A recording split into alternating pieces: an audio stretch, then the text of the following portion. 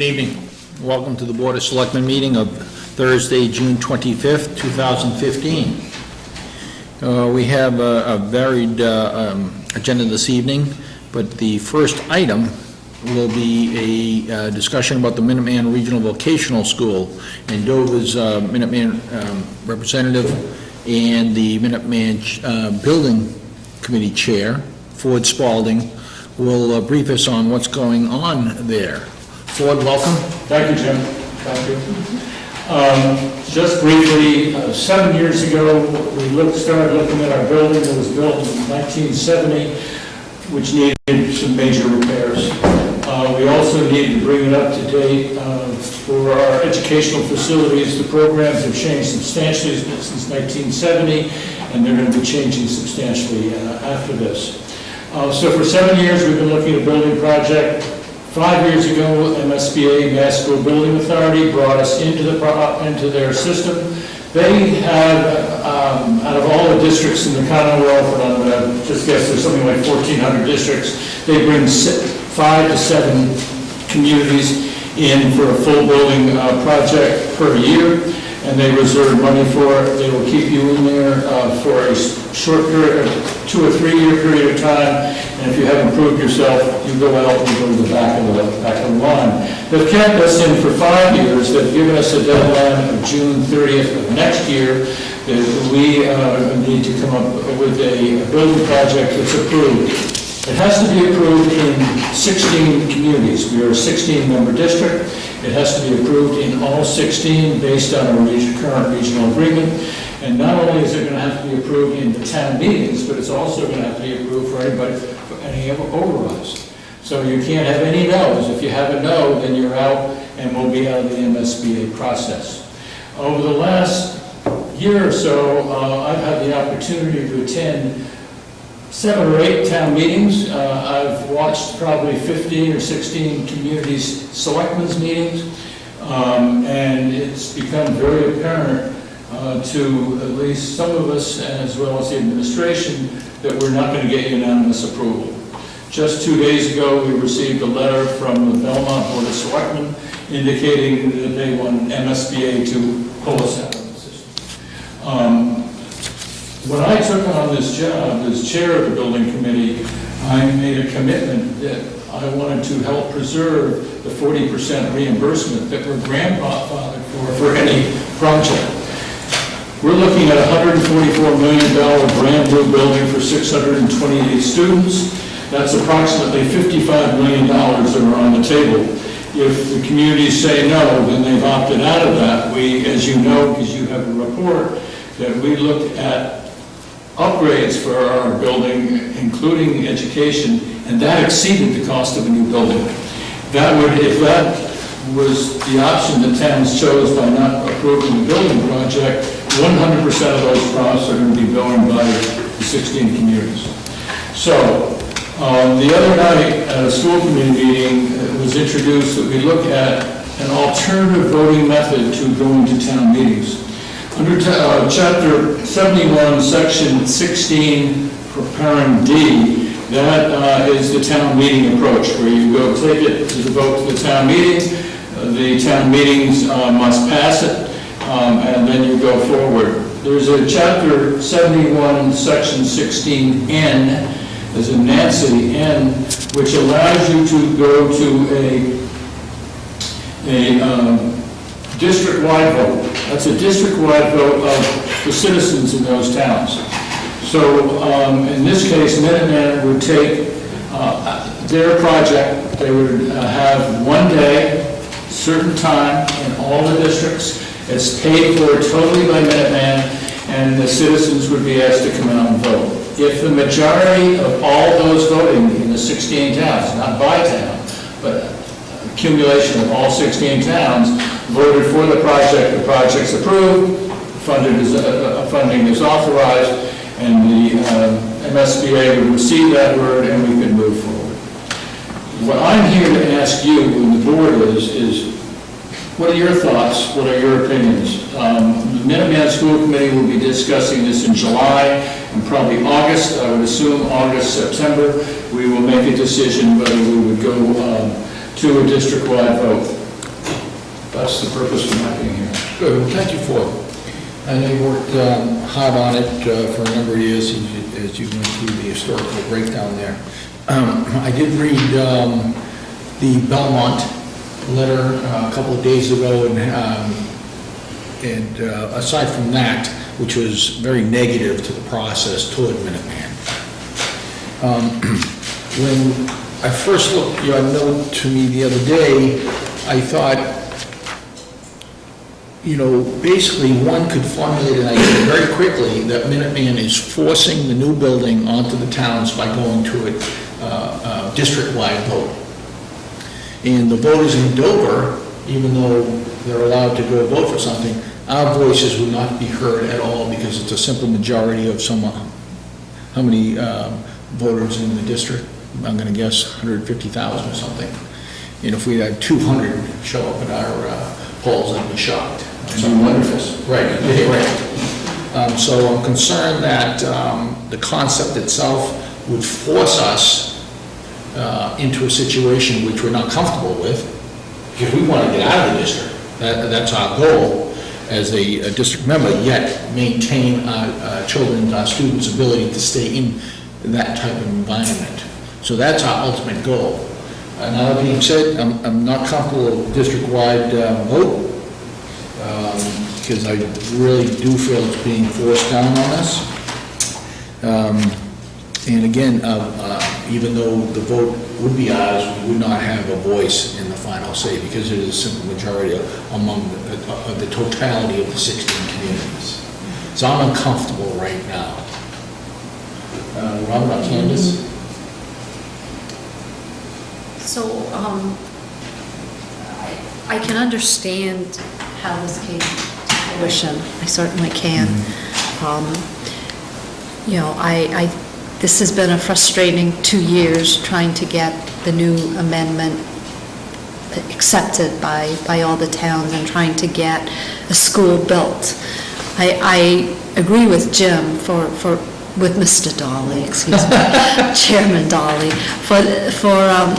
For our town, this is almost the worst outcome, because, we don't, even though we would be voting, we are such a small town, whatever the town of Dover decides will really have no impact on the overall vote. In our regional agreement, and I'm going from memory, I believe that you have to fail to reach an agreement within the school committee forum in order to go to a super town meeting, or I guess a town meeting. The town meetings need to not vote in favor of something in order to go to a super town meeting. We're under the old agreement. You gotta remember, we're under the old agreement.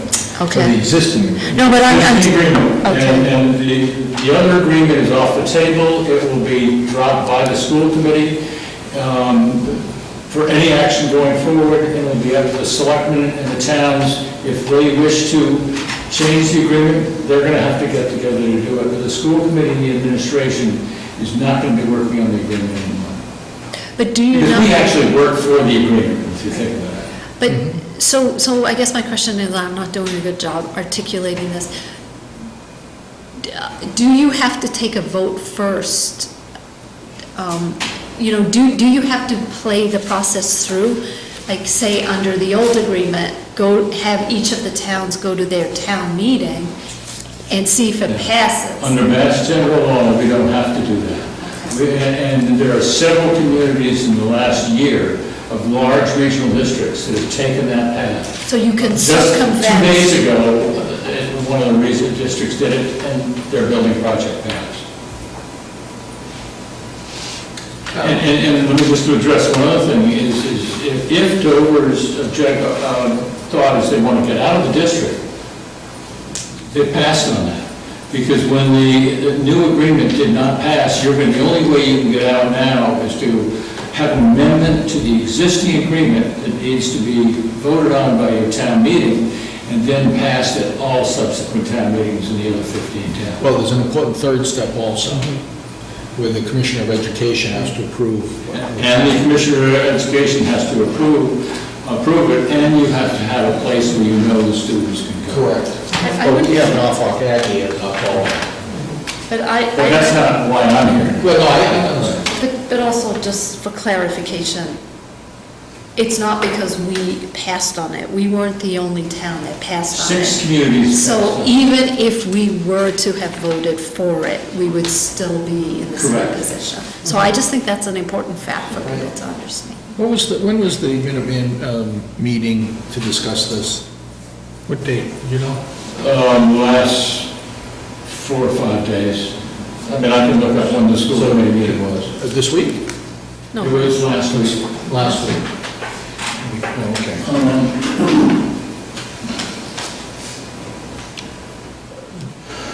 Yeah, I think it was actually the 16th or 15th or 16th. Okay, because the And attorney... then I wrote you on the 17th. To the superintendent explaining why he should do it. So I looked for the minutes, and I couldn't, the minutes of the minute, and I couldn't sort of reconcile the dates. That being said, after June 30th, 2016, if in fact there's no agreement on anything, as far as the size of the building, do you get out of the queue, or is the rate just go You are down? out. You are completely out of the queue. There's no guarantee you can get back in. You know, some people say, well, you'll be able to get back in. There's no guarantee when and if you can get back in.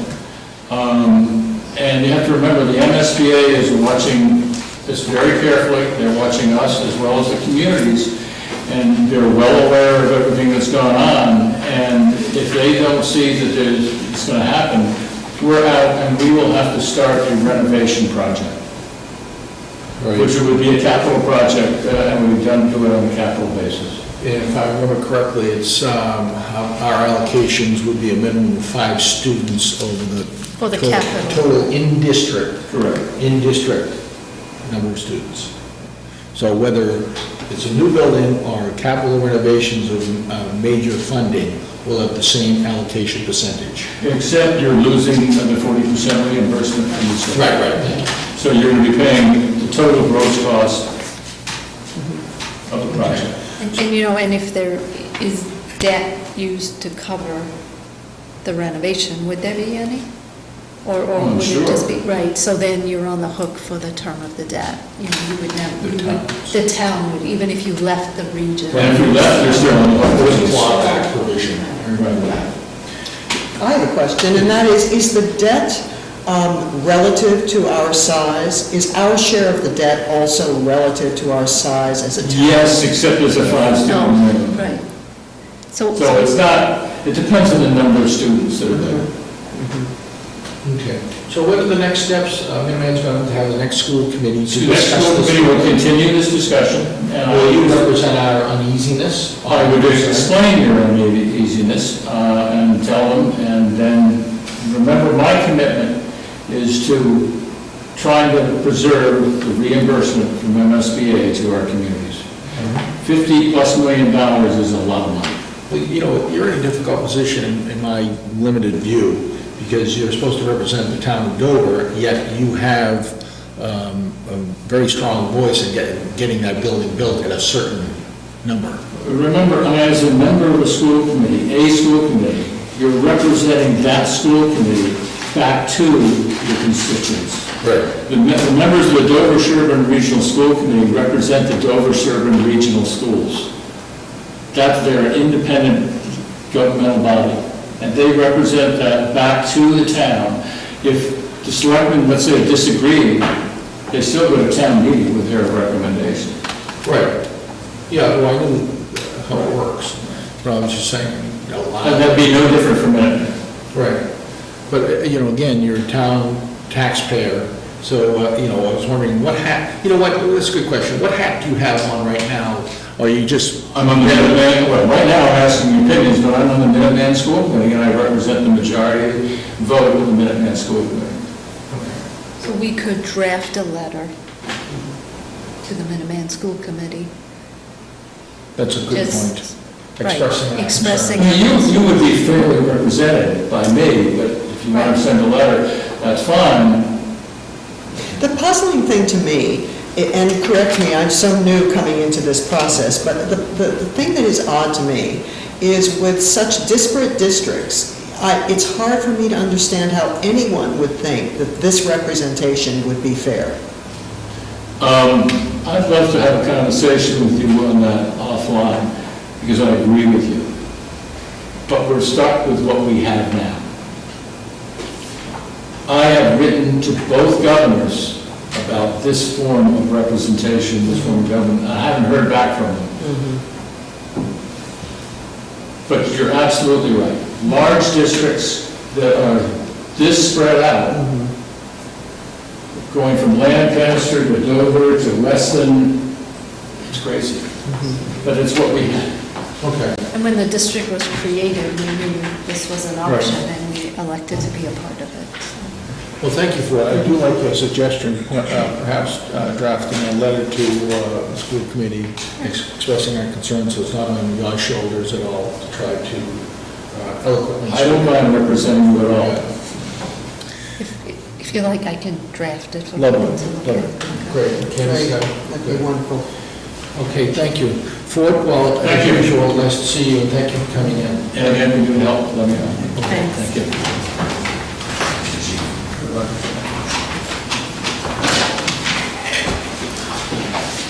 The next agenda item is the Metropolitan Area Planning Council and a presentation of the pre-hazard mitigation plan.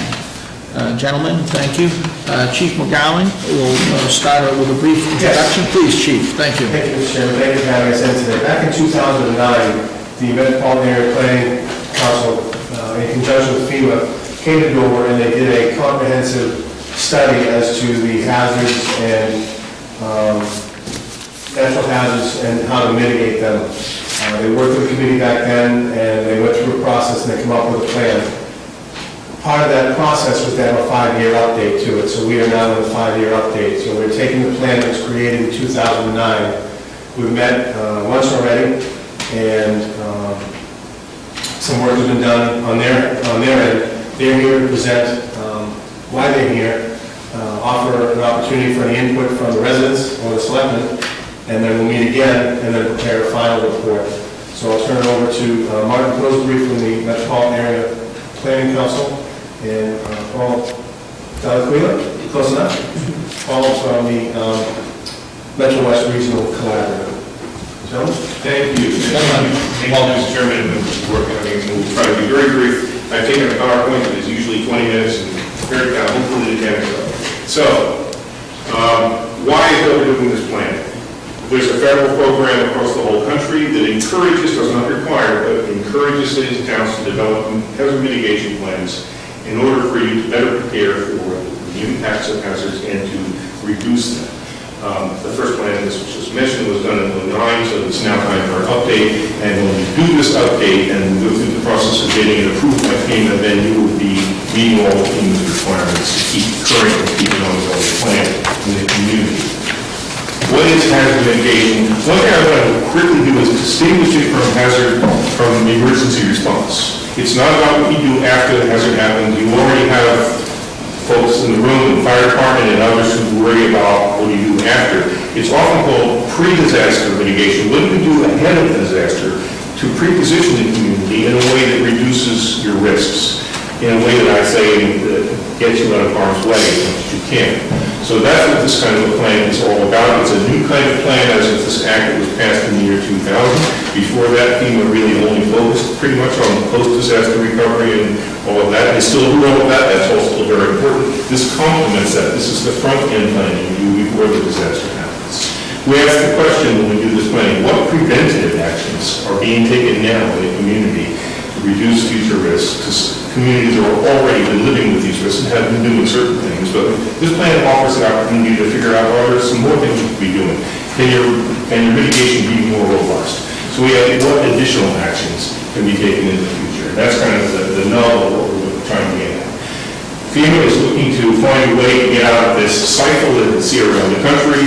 Disaster, rebuild, there's an insurance program, disaster again, rebuild again. They're kind of trying to get out of the cycle by intervening and saying, can we reduce the damages, not only to the effects on people, but the financial cost. This particular plan, again, that focuses on natural hazards. So there's other FEMA programs that are more famous around things like homeland security, maybe like chemical spills, nuclear plants and all of that. This is strictly just about natural hazards.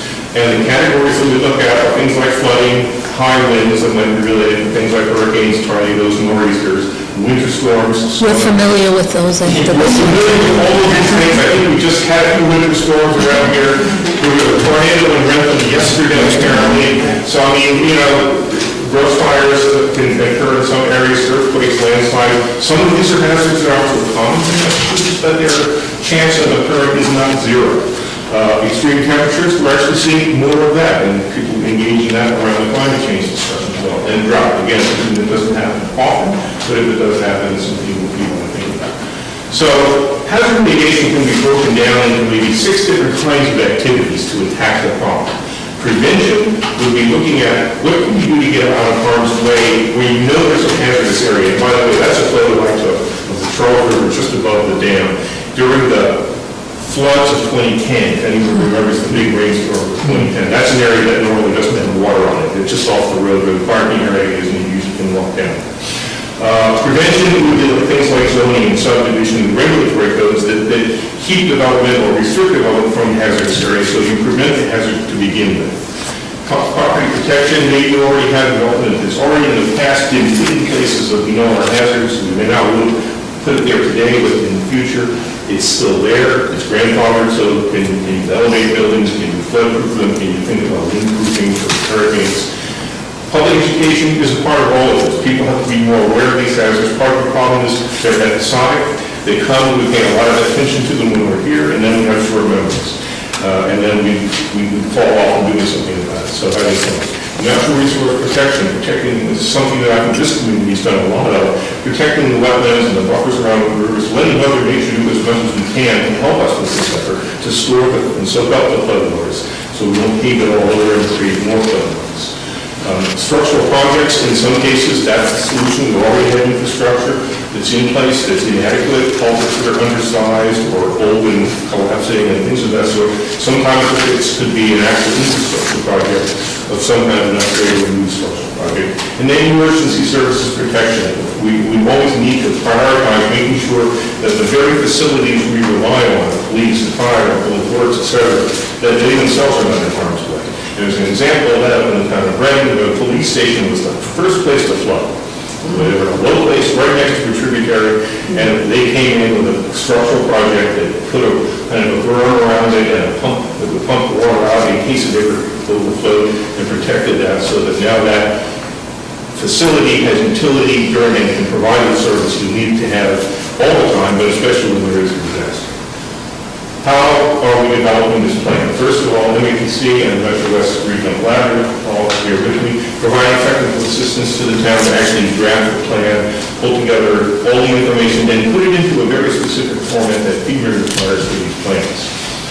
We did that, we're doing that under a grant that we got from FEMA, which pays for 75% of the cost, and the town pays 25% match to that.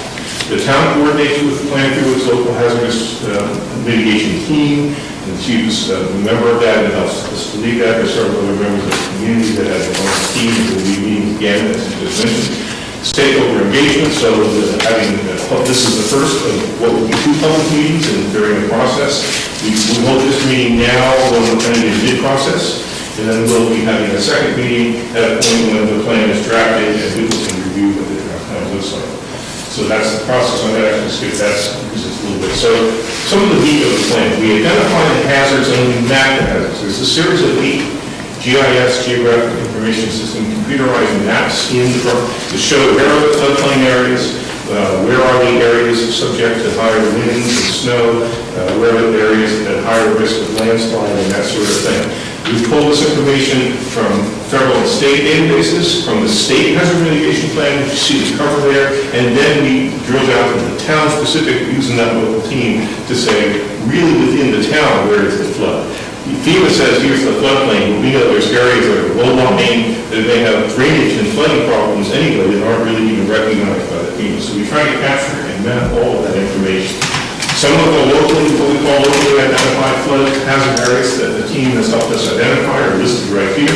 By the way, that's another photo I took in 2010, right along Mill Street, just above the USGS gauge, where the water was up over the river on the left and up over the road.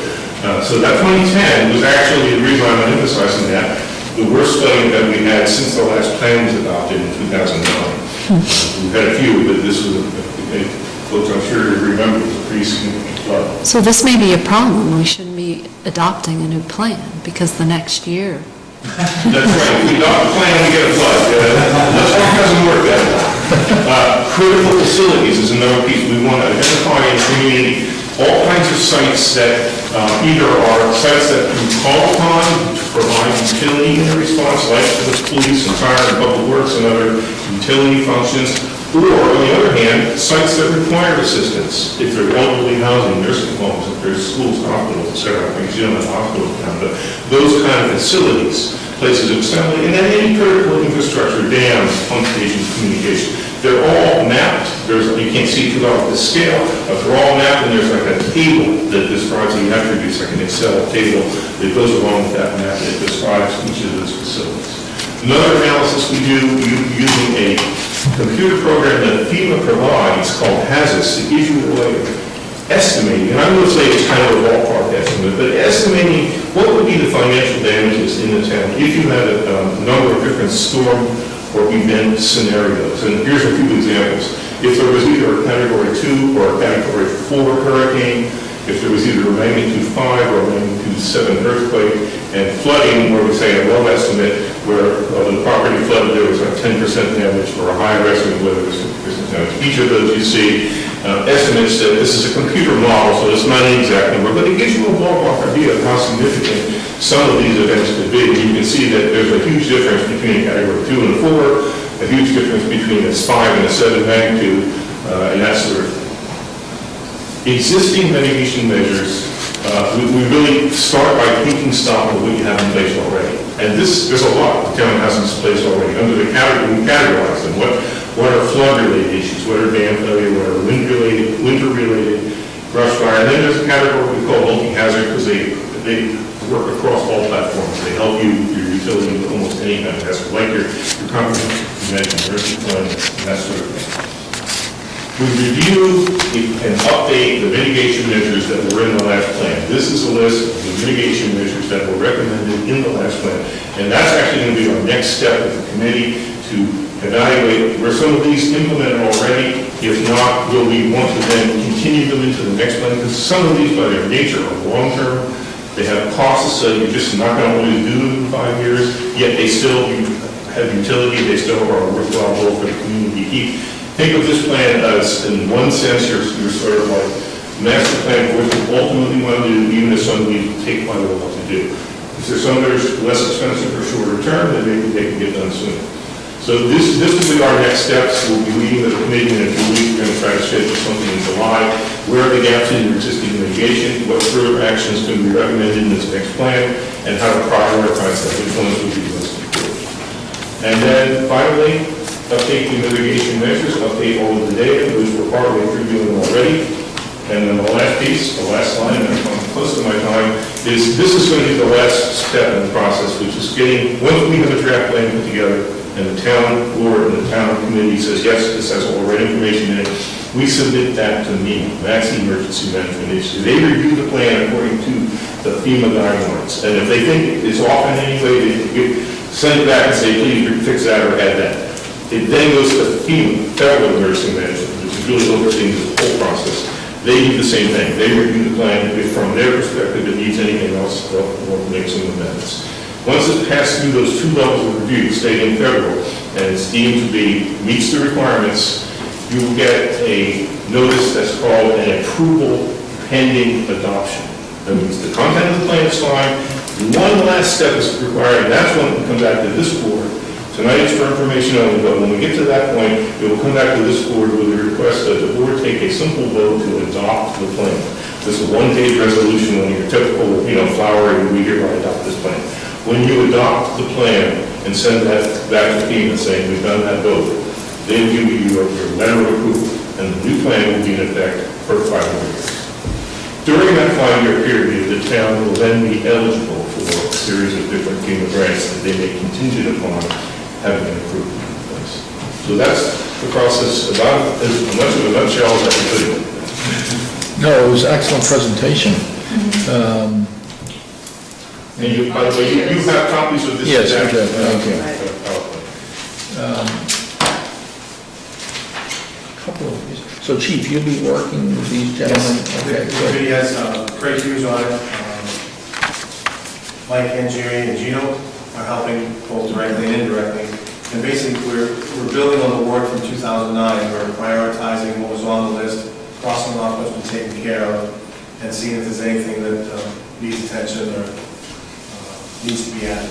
Now, I was interested in some of the review and update the mitigation measures, and will those be required, or are those suggestions? No, these are suggestions. Okay. So FEMA wants the town to go through a planning process for your own good, to figure out what's the best measures. But when you put those measures in a plan, they don't come back and say, you must now do these. They're just, you are not committing yourself to doing anything on the actual mitigation process. It's really just for the benefit of the town to have a process by which you can kind of, in an orderly way, identify your best priorities. And then the mitigation grants can be used to fulfill Mitigation these? grants could potentially be available, especially for some of those structural projects, like, drainage upgrades and that sort of, Raising Walpole Street. things like that. So That one got my attention. Now, in truth in advertising, those mitigation grants are difficult to get, they're competitive, No, and they have you a very answered my complex next question. application Okay, process. all right. But towns do get them from time to Okay, time. all So, and the money gets released, that they made available. This is a kind of an ironic thing. After a disaster occurs, then the law is written in such a way that a certain amount of funding for grants is released. So they declared, as you probably know, last January's blizzards as an official disaster. The governor went down to Washington. And because they declared that, they're going to be able to release some funding. And from the floods of 2010, that release, every time there's an official FEMA declaration of a disaster, for whether it's flooding, blizzards, the Springfield tornado, snow, ice storms, that will release some funding for potential grants. So it's kind of on an episodic basis, you can't count on. I call it the silver lining. When you're actually getting a disaster, nobody wants to get a disaster, but the silver lining, the outcome of that is that there's going to be some grant money available for communities to do something to make themselves a little less vulnerable in the future. I want to thank you. We can't use it for Minuteman, don't get the idea. Unless it's flooding or something, you know. I want to thank you, it was very interesting. I'm curious who generated the mitigation measures? Is this computer generated, or has this come out of our own community, or have you? The list of potential mitigation. Yes. measures? No, the measures came out of the community, us working with the community. And what you're looking at is the list that was in the 09 plan. So the local team working with us at that time sort of brainstormed ideas. Here's what the problems are. We have drainage problems on these streets and that. Could there be a project that would address that? Yeah, we could have a culvert, see a few examples there. That's where it came from. That's a bottoms-up thing. That's not a FEMA tops-down thing at all. It's not the kind of thing you can generate from a computer rig. Well, it's very cool because several of these have actually been implemented. So that'll be good news. So when we actually get to that and be able to, FEMA likes to see when you do a 5-year update, that you had a list before, and you can check at least a few of them off and say, done, done, done. Absolutely. Quite frankly, we've done some town plans, other towns, not to be named, where almost anything on the list is like, no, didn't do that, no, didn't do that. Put it in the plan for next time, but, we didn't make much progress this time. So you'll have something to show us to do. Excellent. So the timing of this plan? The timing of this is that we'll have the next committee, we're going to try to do something in July for finalizing, reviewing these next mitigation measures. We'll then hold a second and final public meeting once we have all of the plans put together. And then we'll submit this into FEMA. We were aiming to try to get this in by the end of July, but I think it's going to lapse into August a little bit. So that, in terms of submitting it to FEMA meeting. So so it's coming, we're getting there, we're in the home stretch. Depending on July's meeting, I may come before the board and ask for a spot on the August Board of Selectmen meeting. I was going to suggest that, we can talk about the draft before. That's the idea. That meeting would be about the draft, yes. Okay, good idea. Well, that's It- excellent. It would be nice if we could see the Yes, job. prior to Prior to, going to the exactly. different levels of government, who we all love. Right. That's not here, for you to make sure that you're comfortable, before this goes to being a representative, this is what our account is. Yes, you have your working committee, but that it should come to you to make sure that you look at it and maybe, say. Good. So at that point, you don't need to take a formal action, but it's an opportunity for you to review and then suggest, hey, wait a minute, what about this? Well, we certainly are fortunate to get any type of grants in the past from FEMA or MEMA, whomever gives us the money.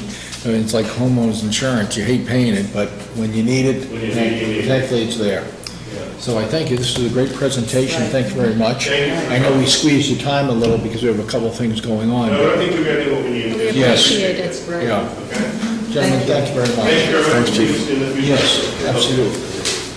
Chief, thank you for that. Thank you very much. Yes, thank you. Okay.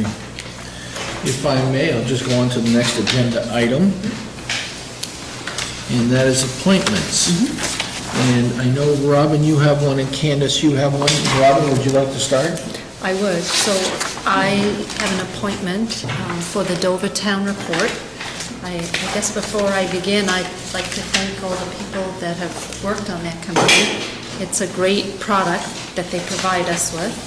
And Kathy Weld, the chair of the committee, has talked to Dee Douglas and Hadley Reynolds, and both are willing to stay on for another term. So Dee Douglas and Hadley Reynolds, thank you very much for your commitment to the town and to the town report. So I would like to nominate both Dee Douglas and Hadley Reynolds for another term on the Dover Town Report Committee. Those are 3-year terms. And those are 3-year terms. Okay. Do I hear a second on that nomination? Second. All in favor? Aye. Thank you. Excellent, and coming from Conservation Commission. Yes. We have a letter submitted by John Sheehan, who is the new chair for Dover Conservation Commission.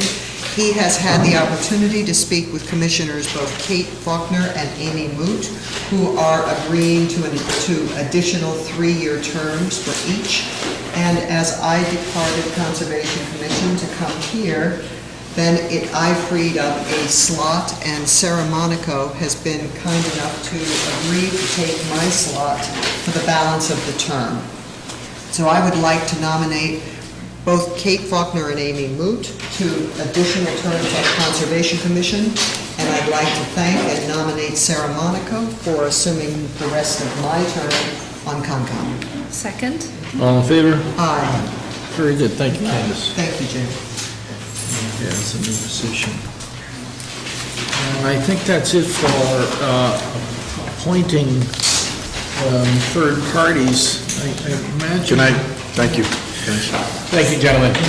Season is still young. Yeah, the season's still young, and we're limited to a certain amount of time this evening, so perhaps at the next meeting, we'll really get into the nuts and bolts of our liaison roles and Excellent. appointing selectmen. I think it would also give us an opportunity to see where we have Yes. vacancies. Good know point. everybody. Good, so we'll move right along to our next agenda item, which is declare surplus items. Who can speak to this? Greer or Dave?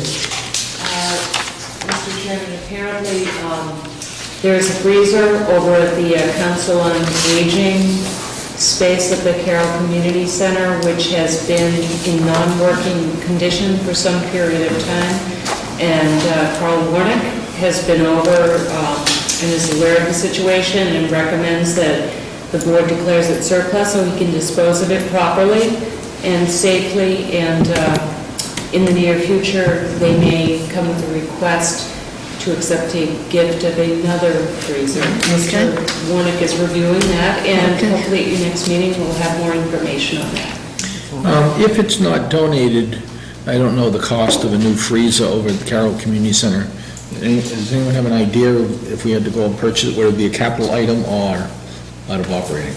Honestly, don't know. It's one of those big jobs. Right. You know, so it's a commercial freezer. So I imagine it'll be a capital item. Should we put that on capital until such time?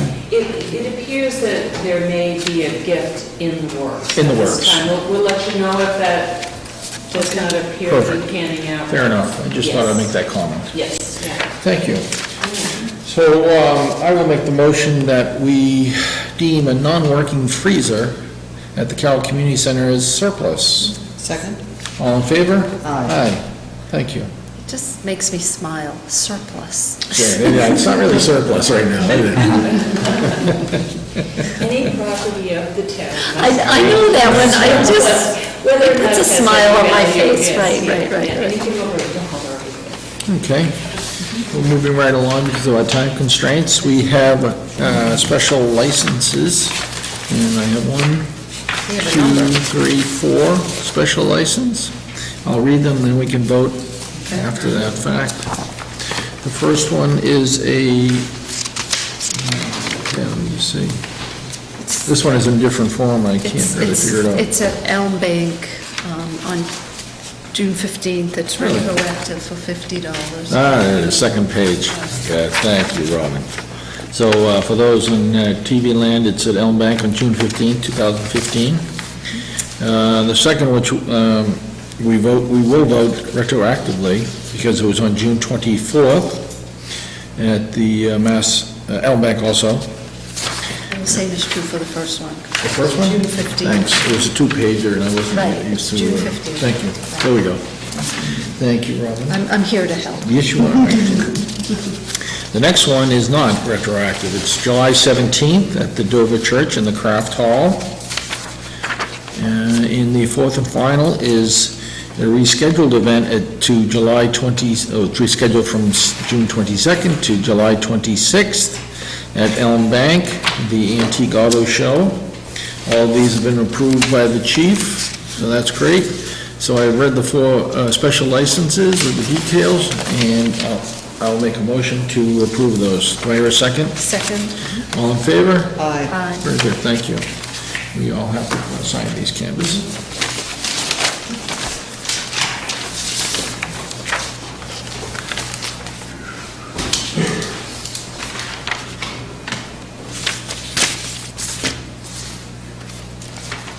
This form, what is this? Oh, that's the internet form? It's online. Yeah. It's very confusing. It really is.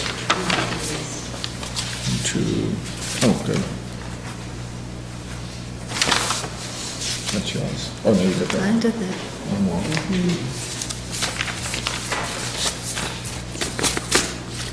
You can see that my signature is going to have to get much smaller. Oh, absolutely.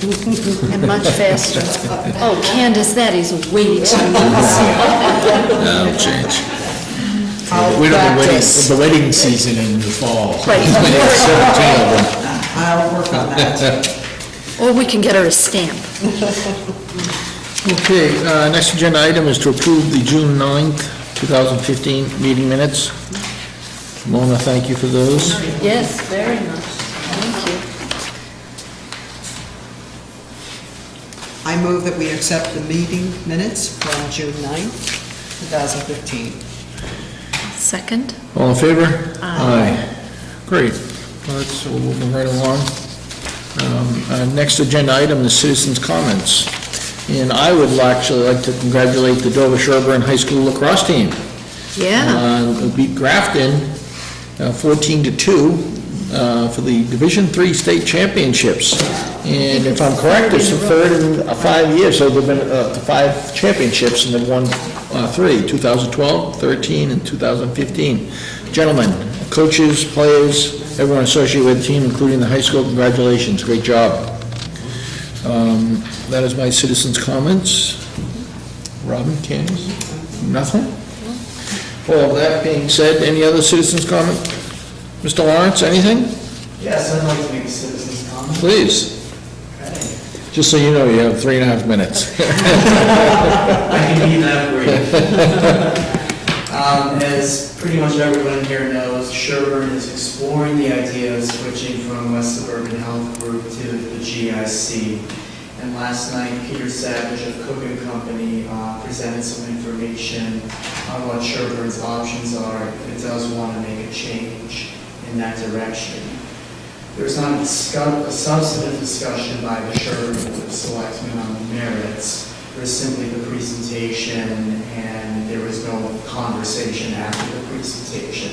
That's largely because if they were to discuss the matter on the merits. There's a bunch of procedures that they would need to follow, and this is more of an informational type presentation. So, that said, moving ahead, the three options going forward are to remain with the West Suburban Health Group and adopt so-called benchmark plans that reflect the GIC benefits. And the potential savings to Sherburne, to the town itself, would be approximately $86,000 if it did this, to the employees $37,000, for a total of $123,000. The cons, according to this particular consultant, is that West Suburban is allegedly going to look to drop the rate saver program that both Dover and Sherburne are in at this time, and only offer the benchmark plans that vote is allegedly scheduled to take place sometime this fall. I have no independent confirmation of that, I'm simply reporting what I heard. In addition, there's 4 municipalities that are withdrawing from West Suburban on July 1st, 2015, which will put pressure on the costs.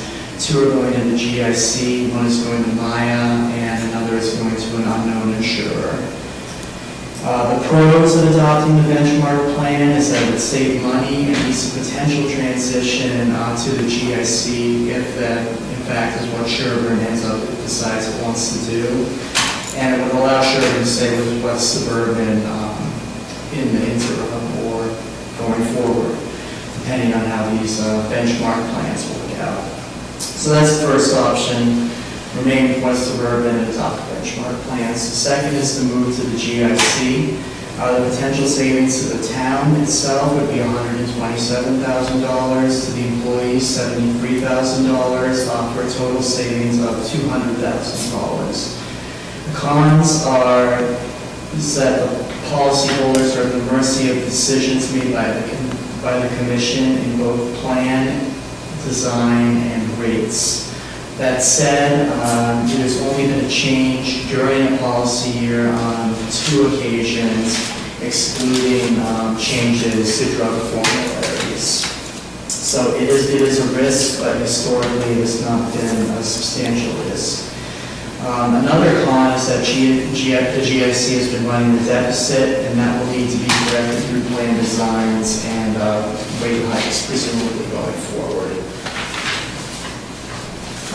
Finally, one of the most notorious cons of switching over to the GIC is that it has deductibles and other substantially higher expenses than the current rate saver plan does.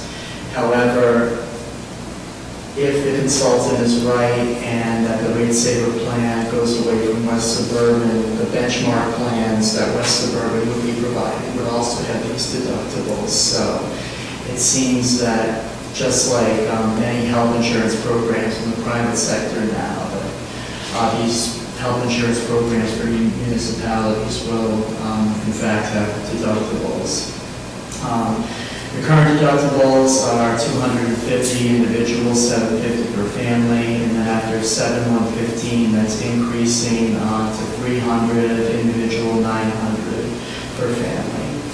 The pros of switching to the GIC is that Eastern Mass is one of the most expensive areas in the country to purchase healthcare services, and since the GIC is statewide, we would blend those rates with Western and Central Massachusetts where the costs are cheaper.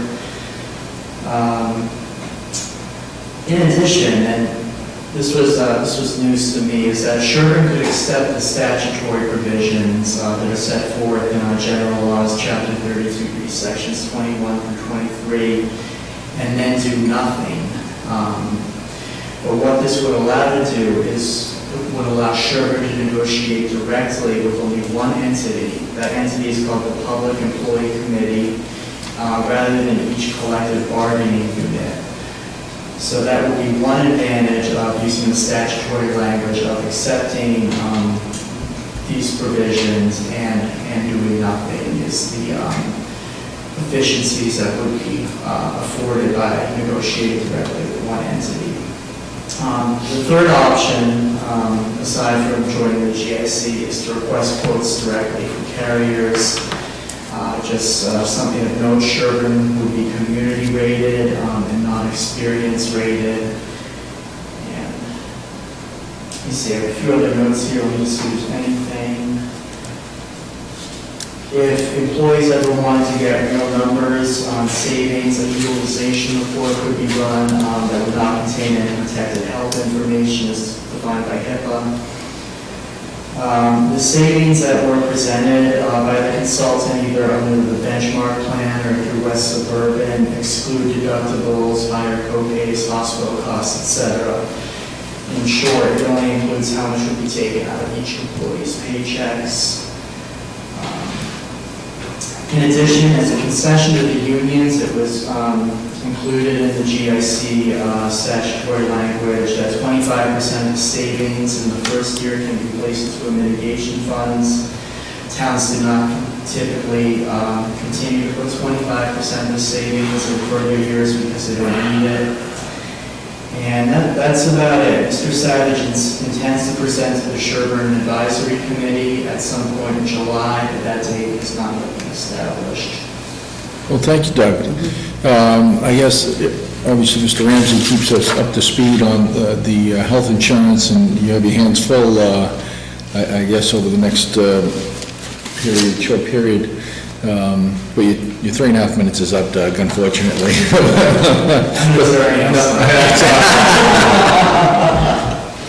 But thank you for that, and I appreciate the update. I know you're chair now of the warrant committee. Yes. Congratulations on that. Thank you. So we'll be dealing a lot with you, which is great, and again, we appreciate the update. Looking forward to it. That being said, we did have time constraint this evening, so I'll entertain a motion for adjournment. Second? All in favor? Aye. Thank you very much and good night. Thank you.